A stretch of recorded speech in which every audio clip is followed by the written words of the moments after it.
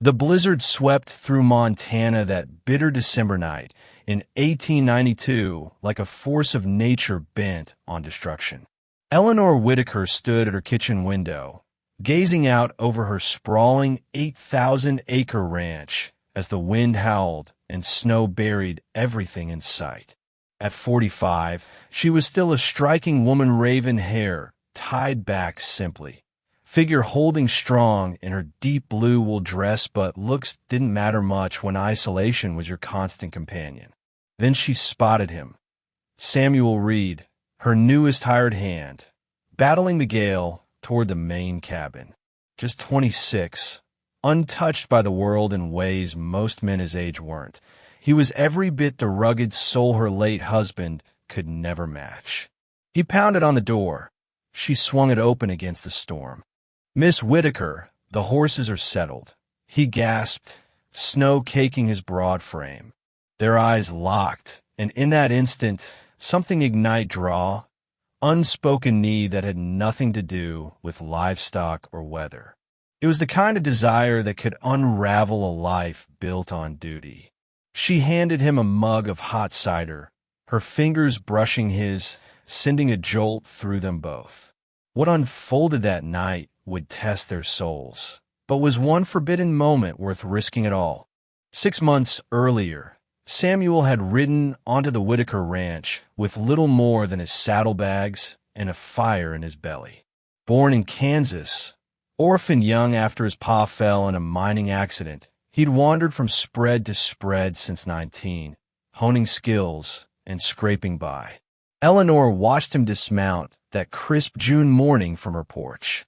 Most cowboys were rowdy types, drowning in liquor and trouble, but this one carried himself differently, straight-backed, polite even to the Mexican herders, his voice steady with earned respect. "Ma'am, word is you're hiring for the fall roundup," he said, tipping his hat. God, he was handsome, tall, with sun-kissed skin, piercing green eyes that seemed to see straight to her core, and a clean-shaven face that hinted at self-control rare in drifters. "Can you manage a herd, Mr. Reed?" she asked, stepping closer despite herself. A spark jumped between them, hot and immediate. "Samuel Reed, ma'am. And yes, I can handle whatever comes my way." The words hung heavy. She pulled back, composing herself. $40 a month, plus board and bunk. It was more than the going rate of 30 generous, maybe too much. His brow arched. "That's kind of you, Miss Whitaker. Good work deserves good pay, I reckon." She hired him right then, a decision that would either save her or shatter everything.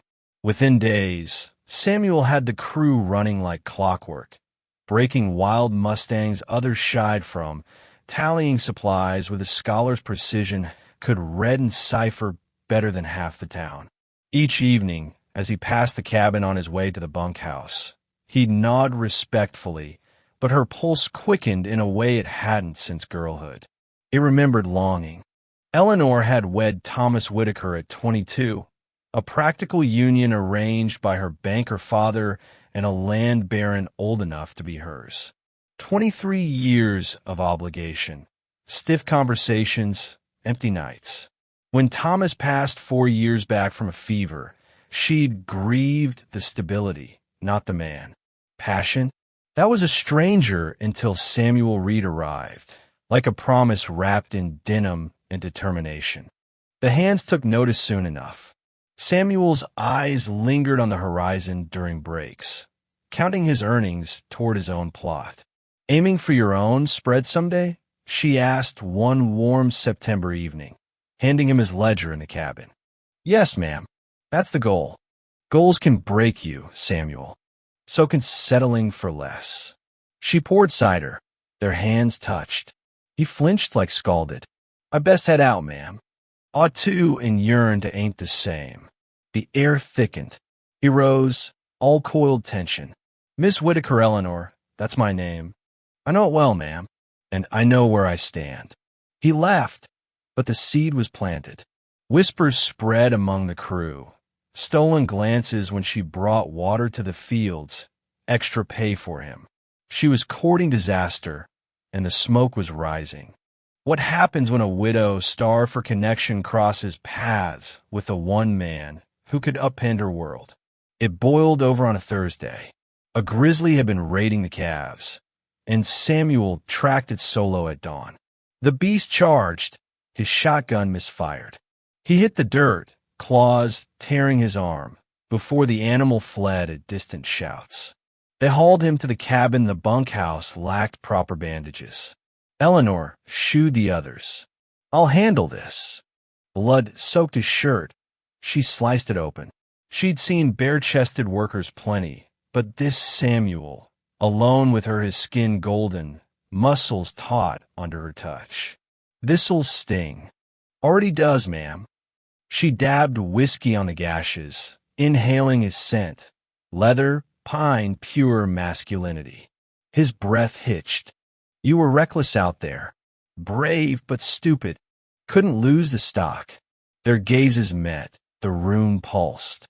"Miss Whitaker, Eleanor." She bandaged him, face inches away. "Say my name just once." "I can't." But then, "Eleanor." It echoed like thunder. She pressed her hand to his chest, feeling his heart thunder. "Your trouble, Samuel Reed." "No, ma'am." "You are." He stood. They were chest to chest. The crew's buzzing. "I know. Reverend Harlan cornered me on Sunday, questioning my conduct with employees." "What did you say?" "Told him to butt out." Samuel grinned, lighting his face. "That's my woman." "My woman." Her legs weakened. "Ought to send you packing, for your sake." "But you won't. You're lonesome, and I'm the first real spark in decades." She retreated, tears pricking. That night, dreams of fierce eyes and tender strokes haunted her. She was doomed salvation or ruin. The blizzard struck like divine wrath. Eleanor had dismissed the hands to town earlier, save Samuel tending nearby stock. The cook, Mrs. O'Malley, was off nursing kin. Alone, she busied herself with supper, ignoring the pull. When he knocked, her breath caught. "Livestock safe, ma'am, but this squall's fierce." "Come warm up." She poured cider, spiked with brandy.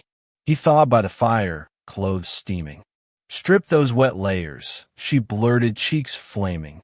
"I'll manage." But Eleanor, the storm raged. They sat opposite, tension crackling. "Tell me about Kansas." "Your folks." "Pa gone early." Ma followed from grief. "On my own since 17.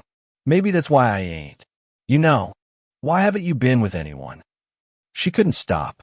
His eyes darkened. Waiting for the right one, perhaps. Silence fell. "Samuel, You're going to say I'm too young. You're a proper widow. Tongues will wag." She rose to the window. He followed close. "What if I don't?" "Then you're the gutsiest woman alive, or the most reckless." She turned. His hand cupped her face. "We shouldn't. We can choose, Eleanor. For once." His kiss started gently, then deepened as she yielded. Years of frost melted. Her fingers fumbled his buttons. He whispered her name reverently. In the bedroom, firelight danced. She stood bare, vulnerable. "I'm 45, Samuel." "Perfect." They tangled on the bed, her cries of discovery echoing until the door crashed open downstairs. Voices. "Miss Whitaker?" "The bridge is flooded." Samuel swore, pulling away. "Hi." Too late. Marshal Everett and Reverend Harlan stomped in, snow-dusted. "Evening, Miss Whitaker." "Storm trapped us. Saw your light." "Of course." Samuel emerged dressed, rumpled. "Marshal, Reverend." Everett's eyes sharpened. "Reed?" "Odd hour for the main house." "Horses spooked." Miss Whitaker offered shelter. "Lie, but plausible." Harlan scowled, scanning her flushed state. In private, Harlan loomed. "I'm worried for you." Alone with rough minutes, unseemly. "I'm fine." But talk spreading. About you and that kid. Favoritism, extra wages. He's earned it. Merchant Caldwell's asked to court you. Solid man, fitting. Caldwell, 62, paunchy, greedy eyes. Not interested. Think of your soul, Eleanor. One slip, and you're ruined him too. The warning chilled.